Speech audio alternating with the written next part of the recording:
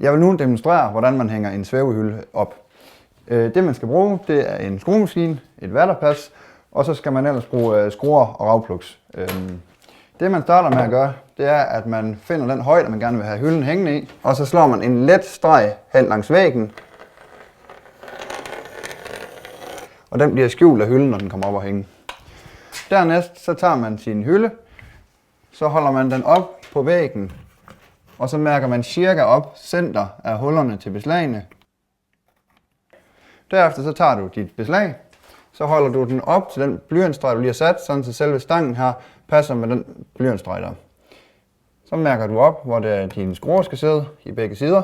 Derefter er vi sådan set klar til at hænge vores beslag op, og der skal man selvfølgelig være opmærksom på, hvad for en væg man har, fordi man i nogle tilfælde skal borge for at bruge ragplugs.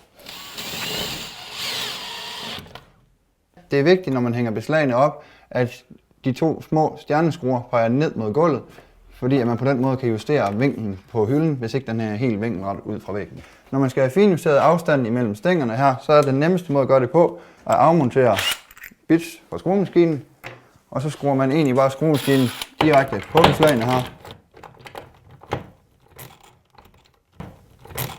Vi er nu klar til at skubbe vores hylde ind over beslagene.